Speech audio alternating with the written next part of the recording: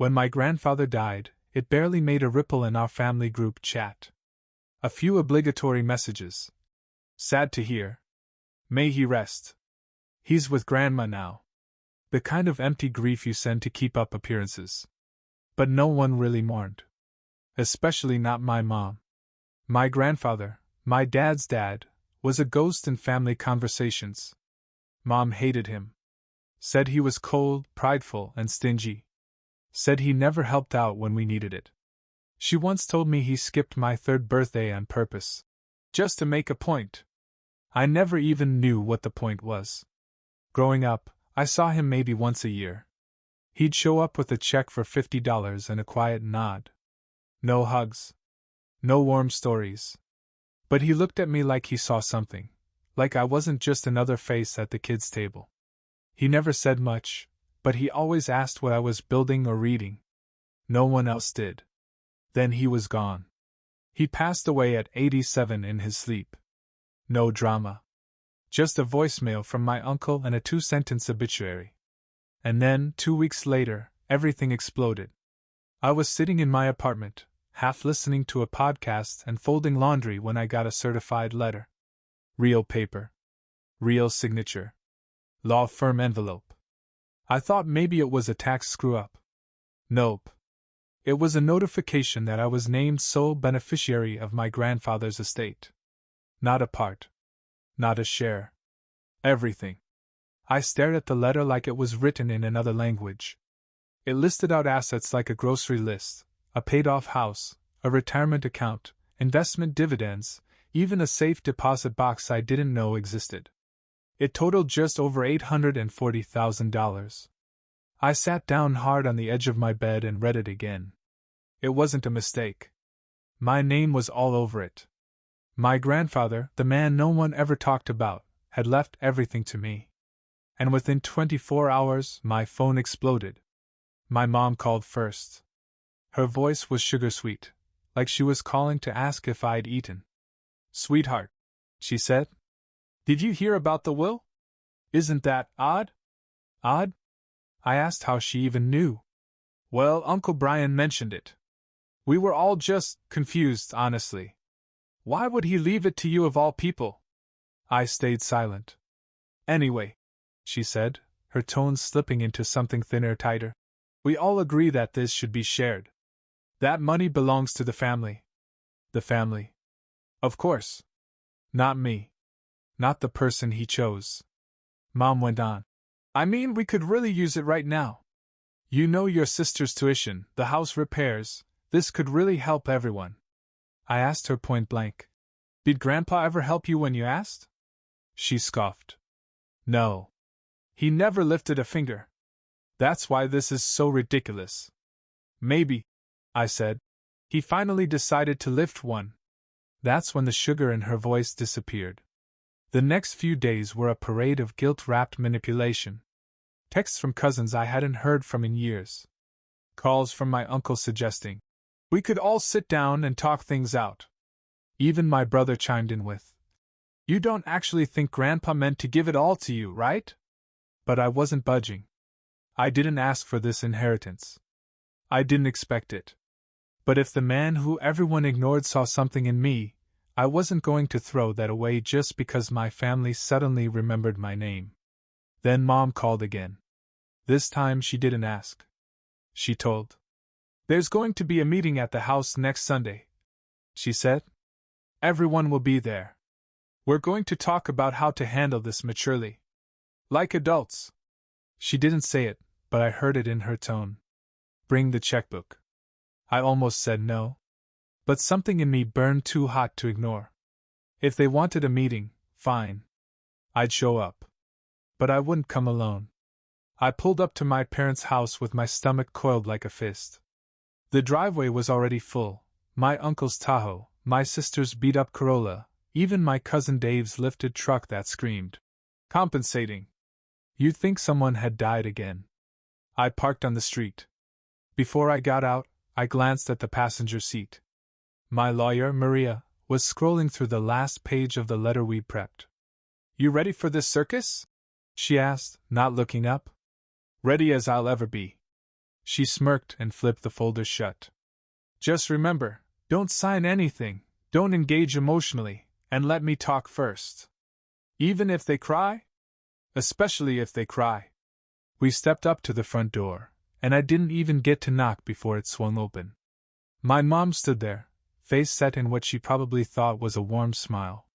Her eyes flicked past me to Maria. Oh. You brought someone.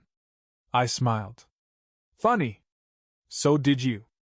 Inside, it felt like an intervention. Living room chairs had been dragged into a tight circle. Everyone was there. My mom. Dad. Uncle Brian. My sister in the corner pretending to be on her phone. Even my high school art teacher's cousin's husband, or some guy who looked like him, was sitting awkwardly by the fireplace. And then there were the suits. 2 men in stiff ties, briefcases open. A thick stack of papers lay on the coffee table like it was about to be notarized into family history. Please sit, Mom said, gesturing to a chair directly across from the lawyers. I sat. Maria remained standing, arms crossed. We wanted to talk reasonably, Mom began. No pressure. Just clarity. One of the suits introduced himself as Mitch, the family's consulting attorney. We're here to present a document that would allow the inheritance to be transferred into a family-managed account, he explained smoothly. Nothing coercive, of course. Entirely voluntary. My mom chimed in. It's just about fairness. About keeping things together. Grandpa wouldn't have wanted the money to create division. My jaw clenched, but I stayed silent. Mitch continued, sliding the stack toward me. Just a few signatures and everything stays in the family's control. You'll still have access to a portion, of course. But your mother and uncle will be the financial custodians and… Stop, Maria said, stepping forward. The room froze. She picked up the document, flipped to page 2, then 4, then the last. Did you draft this yourself? Mitch looked flustered. Well, our firm worked with…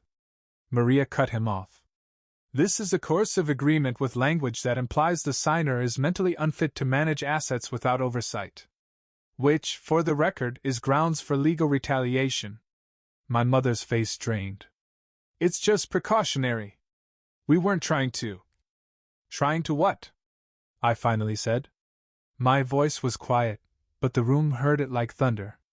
To take what someone gave me? Because it didn't go to you? Everyone stared at me. Like I was ruining Christmas. Like I was the villain in a movie where I had somehow stolen the plot twist. I stood up slowly, still holding the unsigned contract.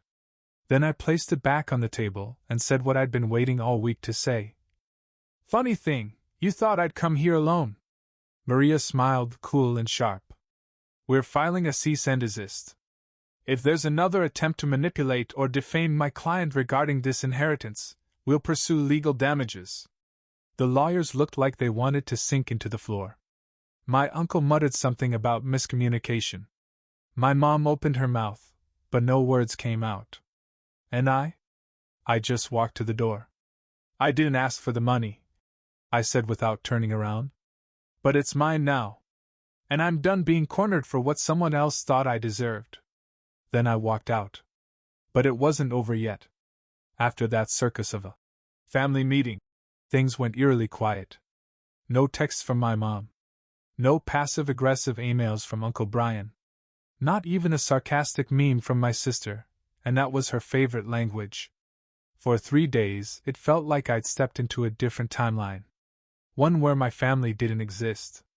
It should have felt peaceful. But it didn't. Because when my family went quiet, it wasn't surrender, it was strategy. Maria told me to expect it. People like this don't give up, she warned. They regroup. They reframe the story so they're the victims. And sure enough, on the 4th day, the narrative campaign began. It started with a Facebook post. My cousin Jessica uploaded a black and white picture of my grandfather, the same man she used to call a grumpy old bat, behind his back, with a caption so loaded it could have passed for a Hallmark war declaration. He always said family comes first. I just wish everyone remembered that. Subtle. Sharp. designed to cut. Within hours, there were comments. So sad what money does to people. Some folks only show up when there's a check involved. Your mom deserves better. None of them tagged me. But I wasn't stupid. The next day, it escalated. My aunt posted something about the tragedy of watching loved ones get poisoned by greed, while my sister quietly removed me from our shared Netflix account. Not blocked, just removed. A petty little digital exile. Then came the group text. Mom, 9:42 a.m. Just want to remind everyone that this isn't about greed, it's about unity. No one's trying to take anything. We're just hurting and confused. I hope certain people remember who raised them. Certain people. Yeah, okay. I didn't reply. Not because I didn't want to, but because I knew what they really wanted, a reaction. Anything to shift the blame. Anything to make me seem unstable or selfish. I refused to play that game. Instead, I documented everything. Screenshots. Messages. I even made a digital folder titled Inheri Drama. Because, hey, if I was going to deal with a family meltdown, I might as well organize it. Maria helped me flag every piece of written pressure. Patterns, she called it. These people don't know how to draw boundaries. They only know how to apply pressure until someone breaks. They were used to me being the one who broke first. Not anymore. That weekend, I did something I hadn't done since the funeral. I visited my grandfather's grave. I didn't tell anyone. Just drove up there alone with a box of black coffee, some silence, and an old wooden box I had built back in high school shop class. It was one of the few times Grandpa had ever looked at me with something that almost felt like pride. He'd run his hand along the edge and said, "Good hands. You build things that last." I remember those words more than anything else he ever gave me. I left the box at the base of the headstone. Not as a gift, but as a message. I'm still building, I told him. And this time, I'm building a life that doesn't fall apart just because people get loud. There was no wind. No birds. Just quiet. The kind of quiet that doesn't ask for anything from you. Unlike my family. On the drive back, I got a call from an unknown number. I didn't answer. A minute later, a voicemail came through. It was my uncle. "Look, we can't keep doing this. Your mother's a wreck. Maybe you don't care, but the rest of us are trying to move forward. Be reasonable. Come back to the table before this gets ugly." Before this gets ugly. That part echoed. It was a threat disguised as a plea. And I knew it meant only one thing. They weren't finished. By Monday, the mask was off. Gone were the passive-aggressive texts and Facebook shade. Now it was just aggression, direct and clumsy. I got an email from a firm I didn't recognize. Legal letterhead. Attached was a formal notice requesting a review of the inheritance distribution, citing potential undue influence and mental decline on behalf of the deceased. In short, they were trying to challenge the will. They wanted to claim that I'd manipulated my grandfather. That he wasn't of sound mind when he wrote me into his estate. That I had somehow stolen the inheritance from the rightful heirs, the same people who didn't even show up for his last birthday. I forwarded the letter to Maria. She called me 5 minutes later. "They're testing you," she said. "It's a bluff. No court's going to believe a single beneficiary manipulated an 87-year-old war veteran into cutting out his entire family unless they have proof. And they don't." Still, she recommended we respond, just to send a message. So we did. The reply was polite but firm. We included the notarized will, the video footage of Grandpa signing it in his lawyer's office, and a short statement.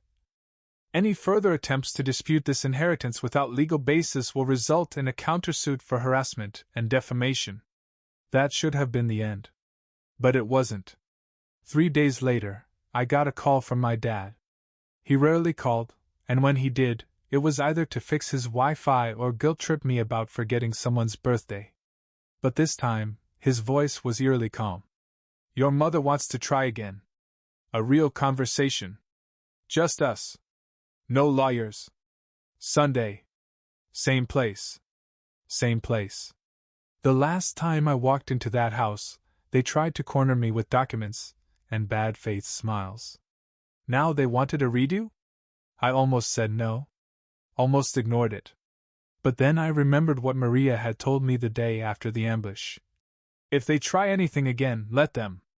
Just make sure we're ready. So I accepted the invitation. And I told her to be ready. Sunday came fast. This time, I didn't wear anything formal. Just jeans, a gray hoodie, and boots. I wanted to look like exactly what I was, the person they underestimated. Again.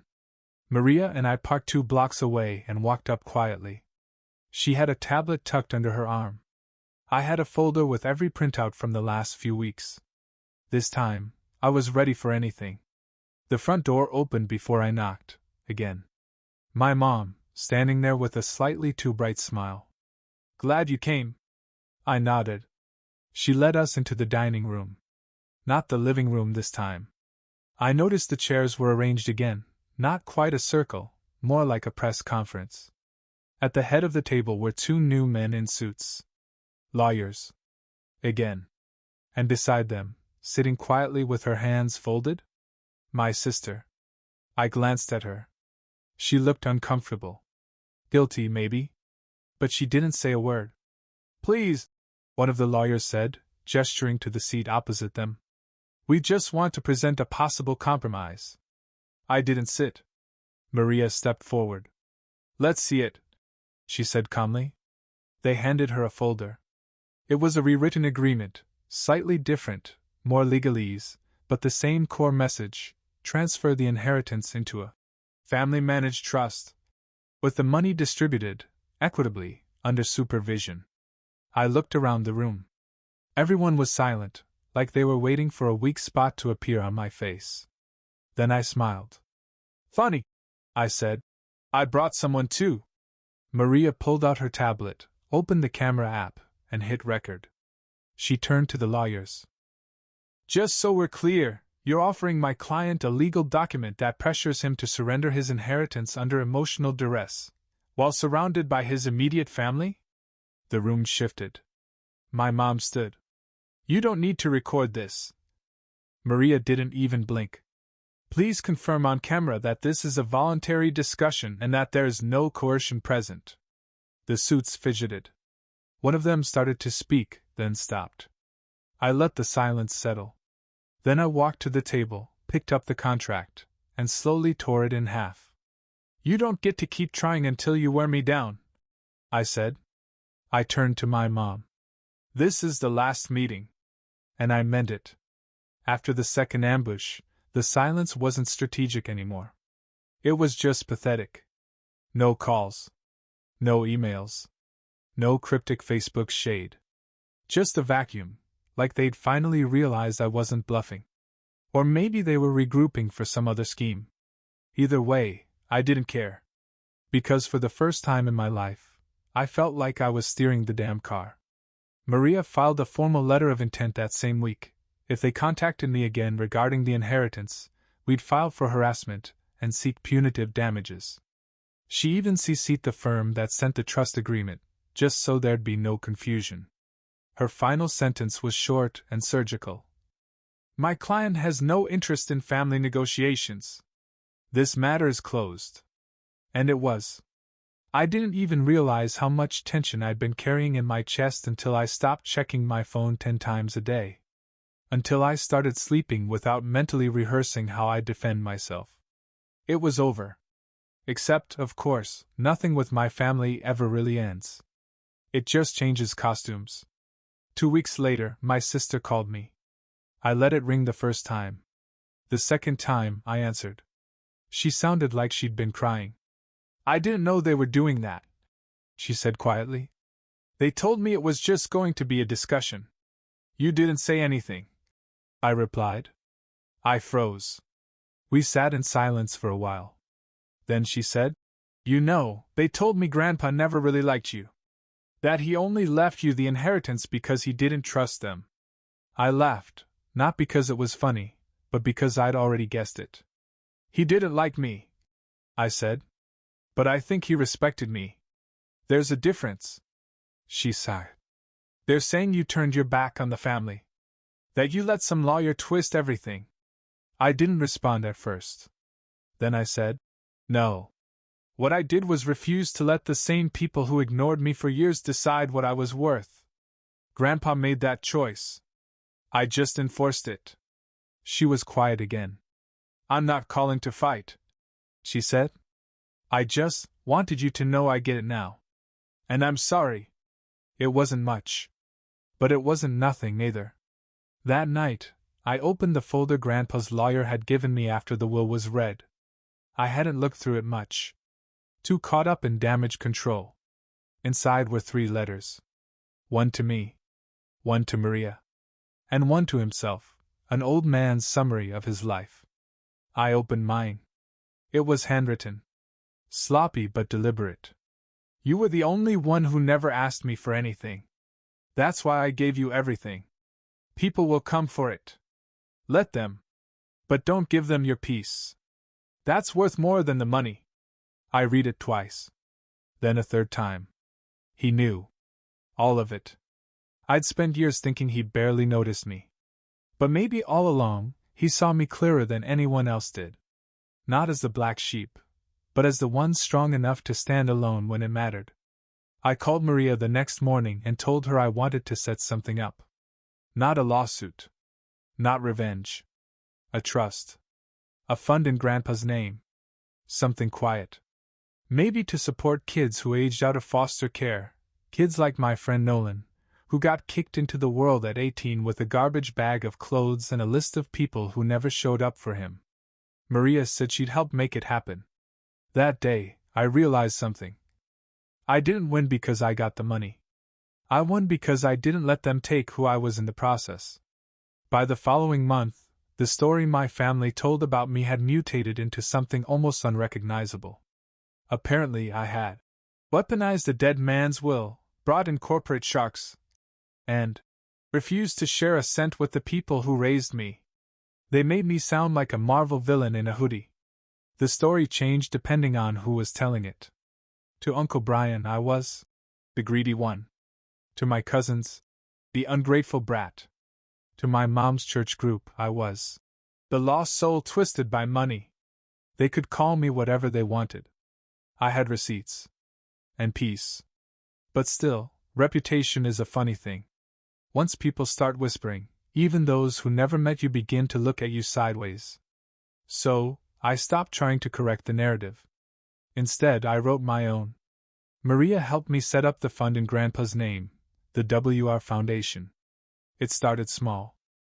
A yearly grant for trade school tuition, awarded to someone who didn't follow the traditional path but worked like hell anyway. I even wrote the selection essay myself. This award goes to someone overlooked, underestimated, or counted out. The kind of person who isn't the loudest in the room, just the one still standing when the noise dies down.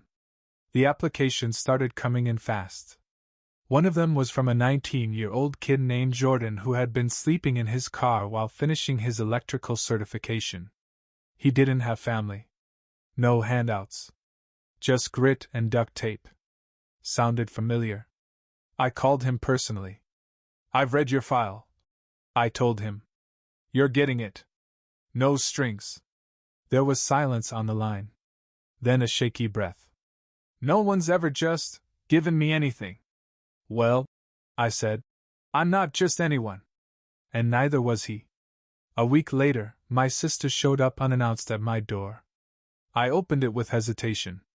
She looked worn down, less like someone who had picked a side, more like someone who realized the whole game was rigged. I didn't know what they were doing at first, she said. And then I did. And I didn't stop it. I said nothing. She continued. Mom still thinks she was right. She tells everyone you'll come to your senses when the money dries up. It won't, I said flatly. I know, she replied. I came to say, I was wrong. And I'm sorry. I watched her for a second. I could see it, the cracks, the guilt, the small, buried part of her that didn't want to be like them. Come in, I said. But this doesn't mean I forget. There. We sat in silence for most of the visit. Sometimes words aren't the bridge, they're just the truce. When she left, she hugged me. The real kind, not the holiday version. I didn't hug back right away. But eventually I did. I wasn't looking for reconciliation. But I wasn't looking to carry every grudge for the rest of my life either. The next morning, I woke up to a voicemail from my mom. She hadn't spoken to me since the last family meeting. Her message was tight. Measured. I heard about the scholarship. I hope it helps someone. But don't think it erases how you treated us. You've hurt this family more than you know. I deleted it without saving. Some people confuse boundaries with betrayal. But I wasn't betraying my family. I was just no longer playing their game. The funny thing about family money is that when you have none, you're expected to be grateful for scraps. And when you have it, suddenly everyone acts like it was always meant to be shared with them. That reality hit again one rainy Thursday morning when I got a message from my cousin Derek. We hadn't spoken in over a year, not since he called me the luckiest leech alive. In a group chat he forgot I was still in. The message read, "Hey man. No hard feelings about before. Just wondering if the foundation does emergency support too? My truck's engine blew, and I need it to keep working. Would mean a lot. No apology. No reflection. Just need, dressed up as reconnection." I didn't respond. He followed up a few hours later with, "I get it. You're the big man now. Just don't forget where you came from." That part made me laugh out loud. Where I came from? I remembered exactly where I came from. I came from birthday cards without signatures. From hand-me-downs passed off as generosity. From years of being told, "When you're older, you'll understand." I was older now, and I understood perfectly. That same week, Maria forwarded me a copy of a will dispute filed in another state, different family, similar playbook. A niece inherited everything, and within weeks, her family dragged her to court. She won. The court's closing line stuck with me. "Inheritance is not a democratic process." Amen. I was grateful that Maria had helped me shut it all down early. Without her, I would have been crushed under the guilt traps and emotional landmines. But more than that, I was proud of myself. For showing up. For saying no. For not signing anything just to keep the peace. Because peace built on fear isn't peace. It's just quiet resentment. 2 months after I launched the scholarship, I was invited to speak at a small local event, something about trades, growth, and second chances. I almost said no. But I went. The room was small. Maybe 40 people. Mostly teens, single parents, and veterans retraining for new careers. No judgment. Just people trying to rebuild. I told them the truth. I told them that being underestimated wasn't the worst thing. That sometimes, the people who doubt you are actually doing you a favor. They teach you how to rise with no one to lean on. Afterward, a man my age, rough hands, nervous energy, approached me. "My brother took everything when our parents died," he said. "Said I wasn't smart enough to manage it. I've been working my way up ever since. What would you do?" I looked at him. Saw the anger barely held together with duct tape. "I'd let them lose sleep," I said. "And I'd build a life so solid, they can't buy their way back into it." He didn't say anything. Just nodded once. Sharp and heavy. Like it landed deep. When I got home that night, I sat on my porch, the one I paid for with my own damn hands, and thought about how many versions of me would have cracked under the pressure. Younger me would have given in after the first guilt trip. Would have signed the money away just to hear, "I'm proud of you," from people who'd never say it. Now, I was proud of myself. And I had nothing to prove to anyone else. The story didn't end the day I tore up that contract in front of my family. It didn't end when I walked out of the house, or when Maria filed the cease and desist letters, or even when I deposited the last check from Grandpa's estate into a foundation that would never bear my mother's name. It ended on a random afternoon, 6 months later, in a grocery store parking lot. I was walking back to my car when I heard my name. Alex. I turned. It was my mom. She looked different. Not older, just smaller. Like the weight she used to carry in volume and control had been slowly bleeding out of her. She was holding a bag of apples and standing awkwardly like she didn't expect me to stop. I waited. I heard about the scholarship, she said, her voice trying to sound neutral. I'm not here to talk about the foundation, I replied. Or the inheritance. She nodded. I figured. There was a long pause. Then, finally, I never hated you, you know. That sentence could have meant a dozen things. And none of them changed anything. I nodded once, got in my car, and drove away. She didn't stop me. She didn't chase. She didn't cry. She didn't yell. And for the first time in our entire relationship, I realized something. She had nothing left to hold over me. No power. No leverage. No story in which she was the victim and I was the selfish one who needed fixing. I wasn't the fixer anymore. I was the architect of my own peace. That night, I sat down and opened the last of Grandpa's letters, the one he wrote to himself. Notes, mostly. Ramblings. Bits of thoughts scribbled in the margins of a legal pad. But one line stood out. Legacy isn't what you leave behind. It's what they can't take from you. I closed the notebook and smiled. It wasn't about the money. It never was. It was about control. About deciding that I would no longer be the one who bends first, apologizes first, or breaks just to keep others comfortable. The inheritance didn't change me. It revealed me. And when they tried to take it, tried to corner me with lawyers and guilt and polished lies, I didn't fold. I brought someone. Someone prepared. Someone smart. Someone who could speak the language they used to silence people like me. Maria, yes. But also me. The version of me that stood up and said, no more. The version that remembered every quiet slight, every dismissive smirk, every family gathering where I was asked to clean but never thanked. The version of me my grandfather saw, even if he never said it out loud. So when they handed me that paper and expected me to roll over, I smiled. Because I knew they were bluffing. And I had already called it. Funny, I said, holding the paper lightly between my fingers. I brought someone too. And that was the moment they knew. I wasn't the one getting played. I was the one holding the rules.